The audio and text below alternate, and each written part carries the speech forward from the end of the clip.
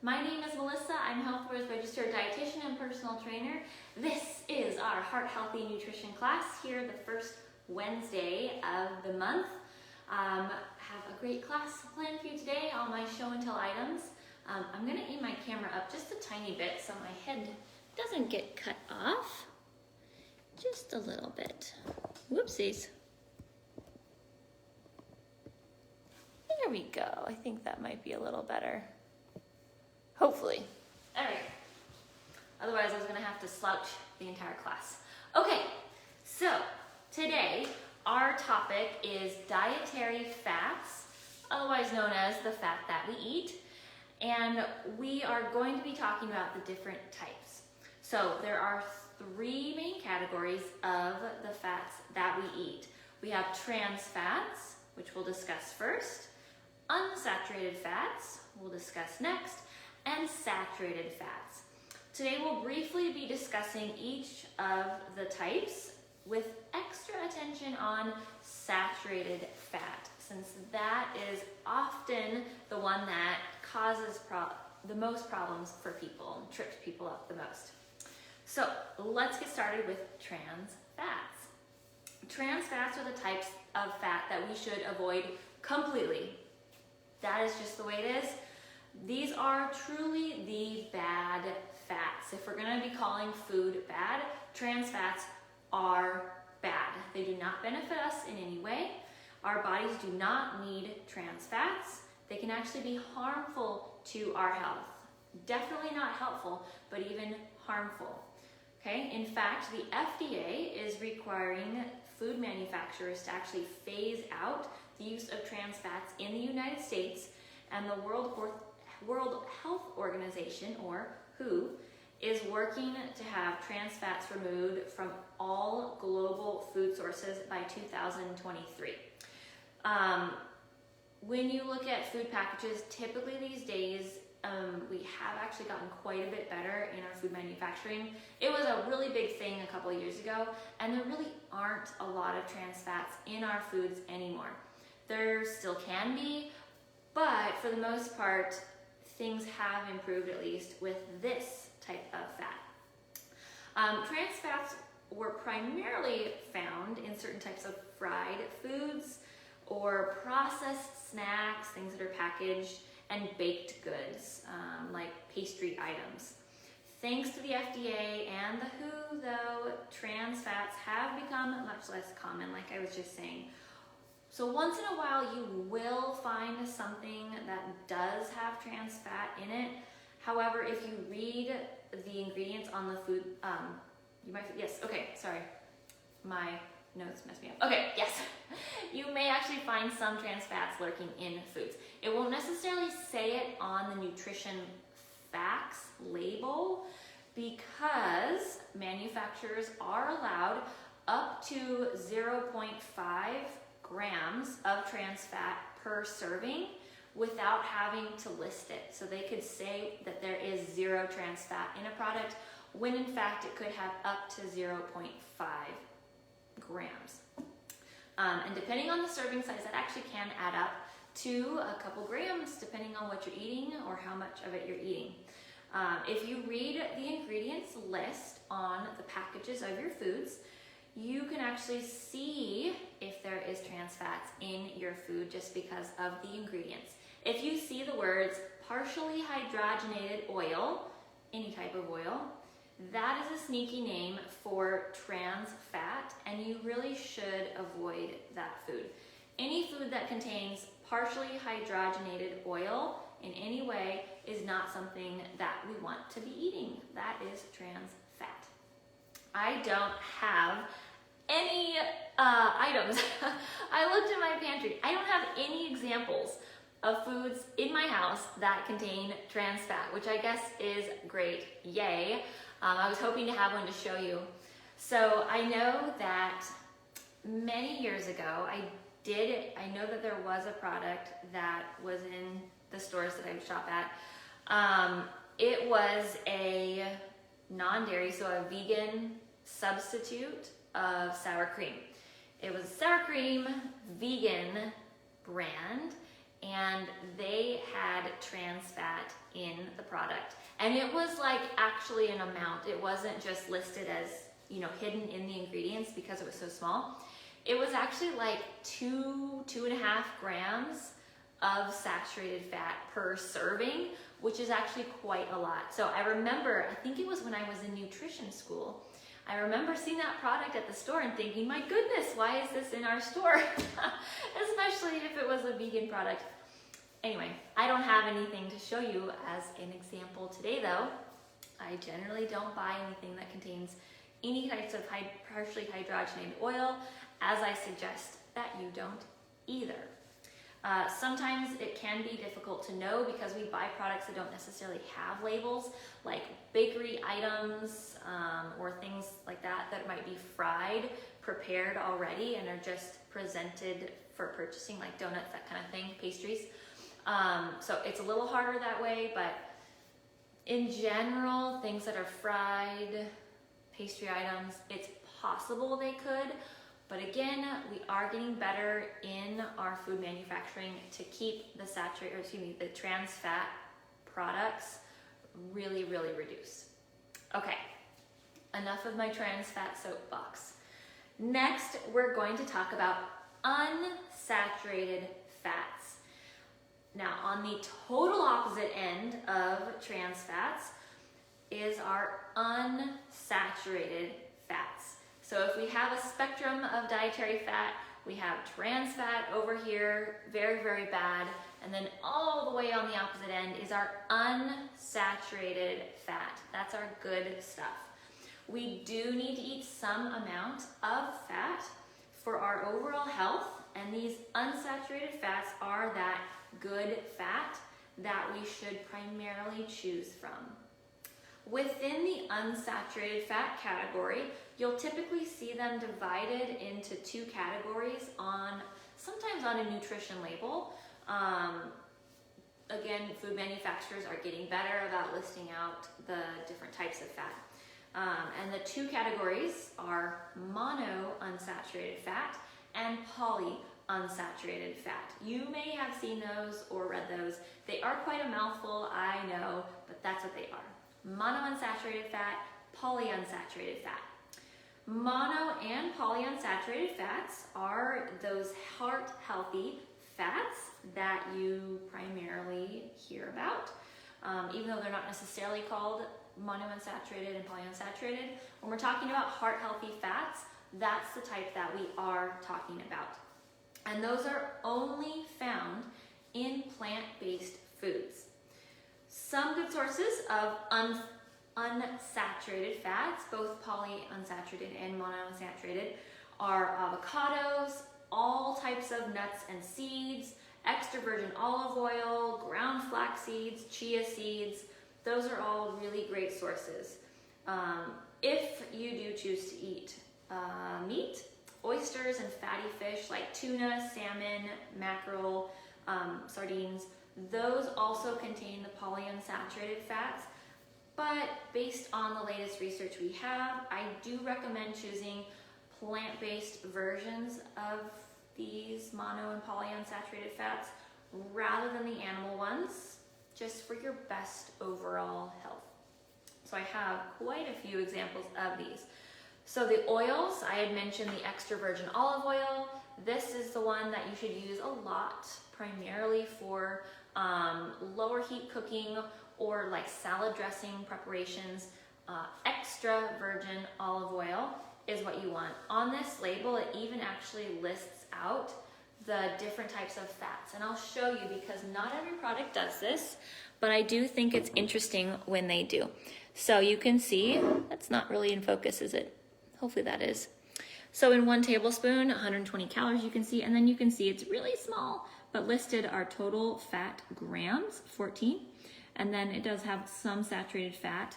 Most foods have saturated fat, even naturally in plants, just the tiniest bit.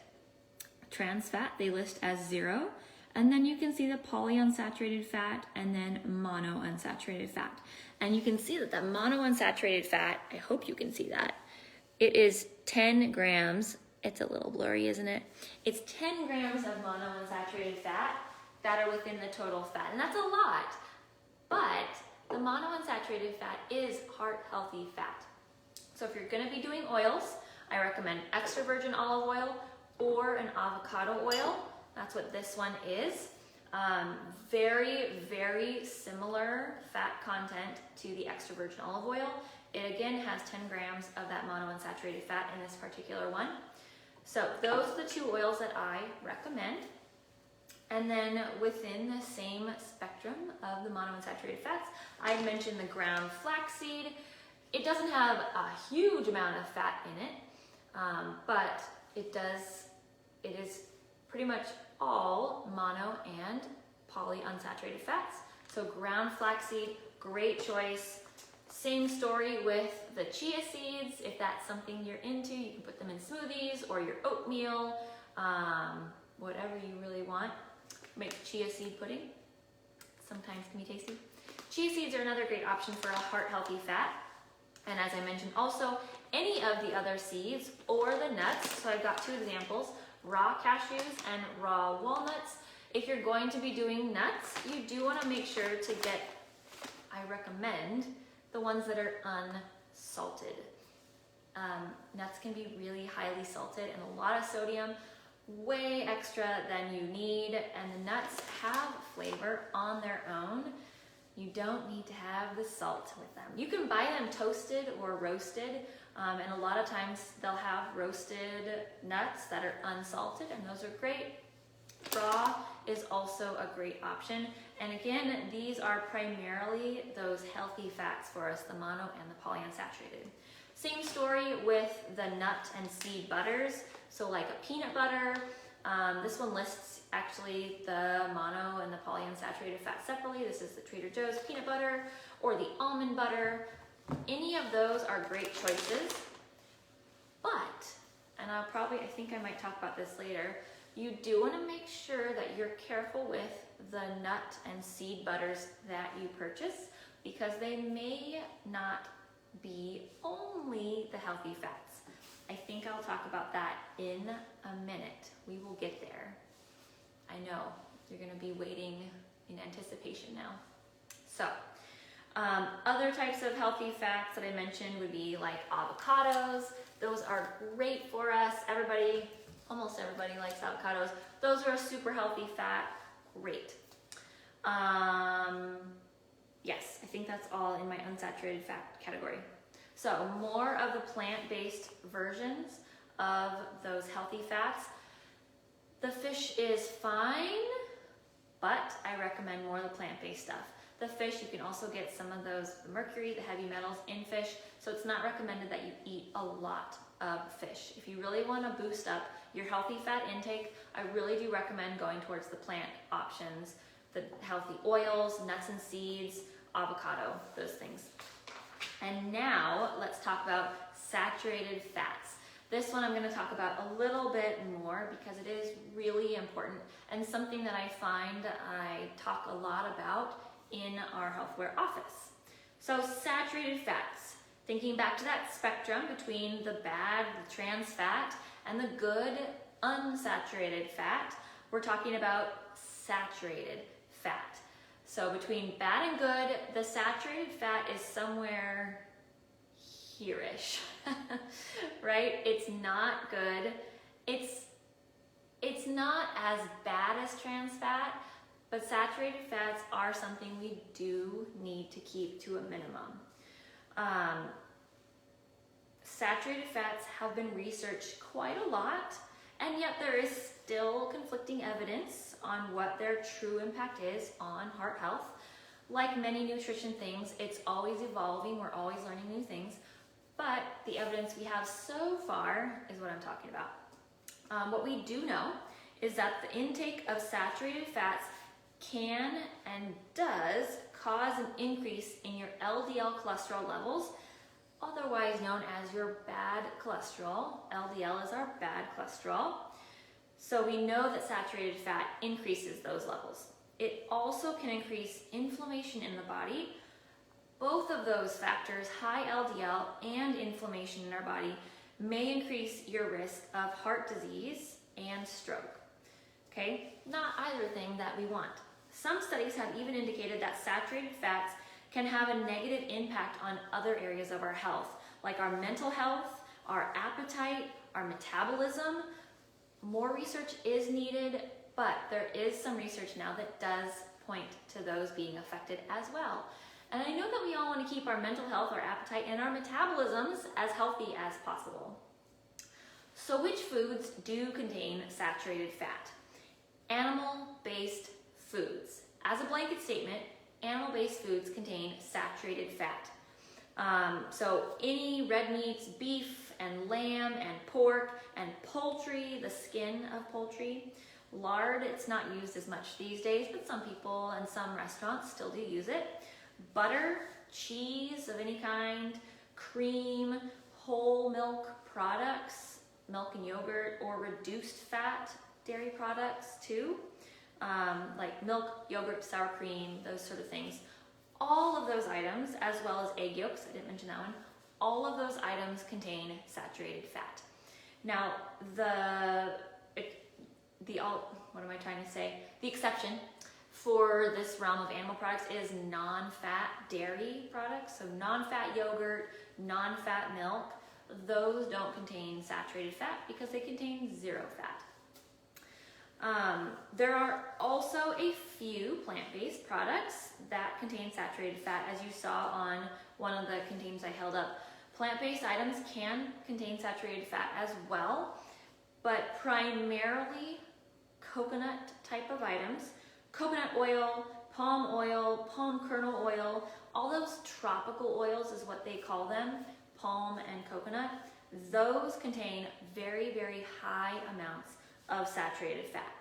Now, not to get too sciencey, but the version of saturated fat in the coconut and palm, as well as whatever else is in other plant-based items, but the version of saturated fat in those foods is different than the version of saturated fat in animal-based foods.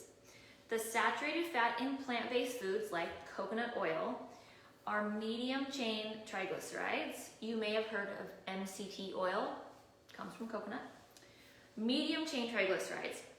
And then the saturated fat in animal-based foods is long-chain triglycerides. Now, what does that mean for you and me?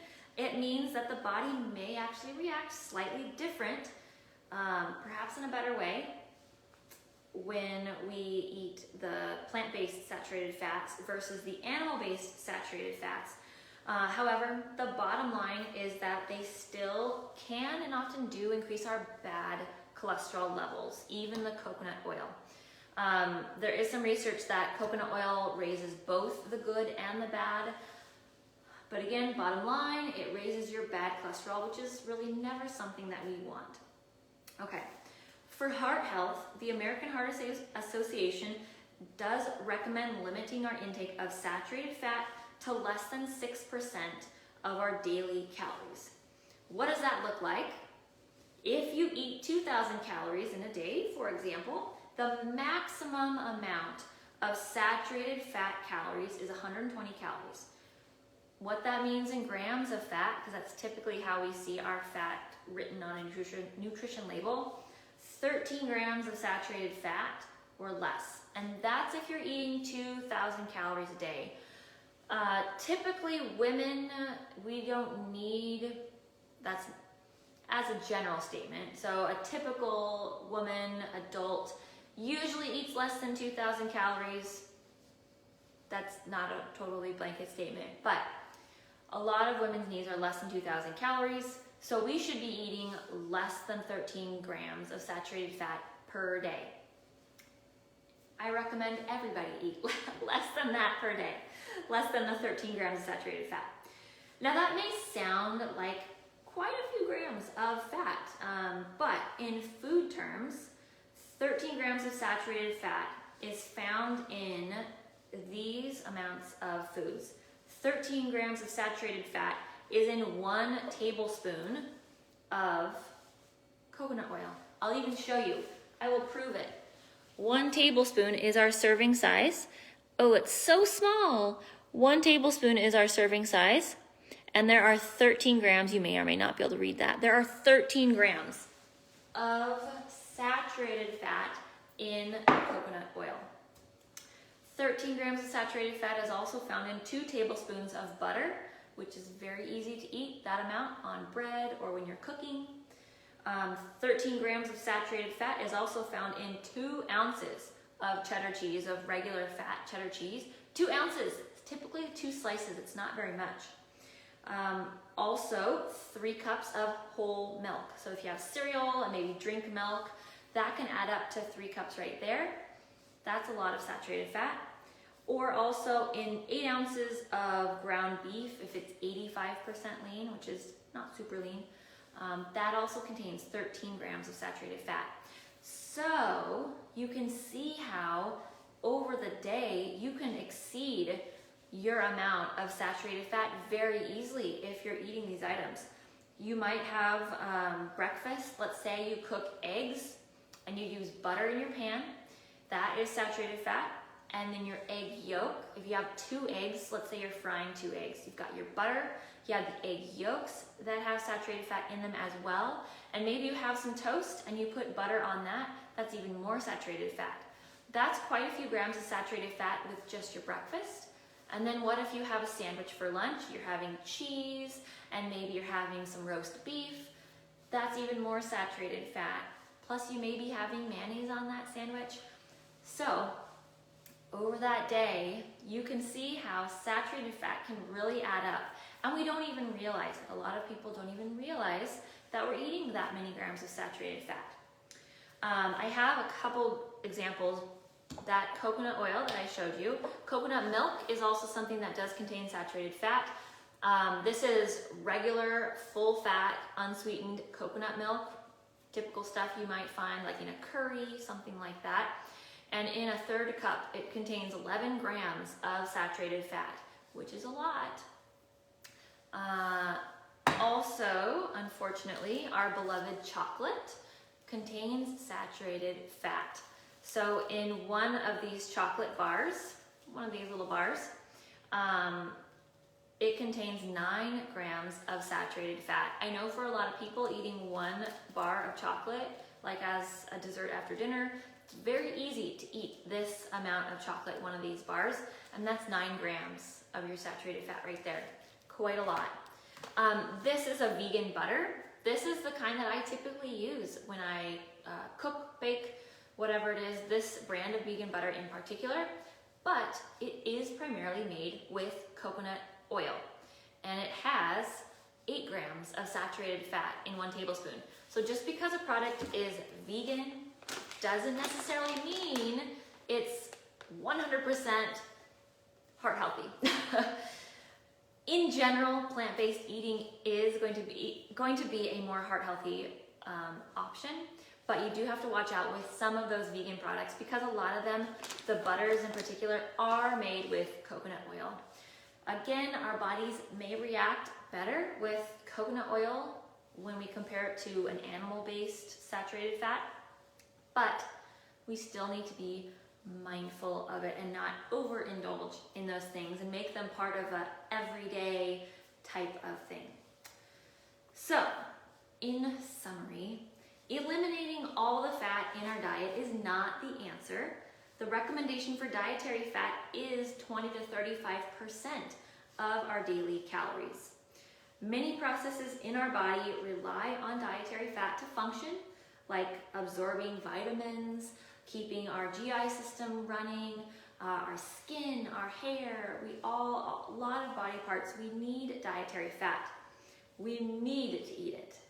But the types of fat really can make a difference, especially when we're talking about heart health. Choose more of those healthy fats, the monounsaturated and polyunsaturated fats, and less of the bad fats, the saturated fat and the trans fat. More avocados, nuts, seeds, and less bacon, butter, and cheese, as hard as it is to hear that. Thank you all for watching. That's all I've got for you today. I hope you enjoyed, maybe learned something new, enjoyed all my show and tell. I will see you right back here next month with another heart-healthy nutrition topic. I will also be back tomorrow for strength training and our deep stretch class. Let me know if you have any questions or any comments in the comment section below this video if you're watching live or the recorded version. Would love to have any questions or feedback, so just let me know. Other than that, happy Wednesday, and I'll see you next time.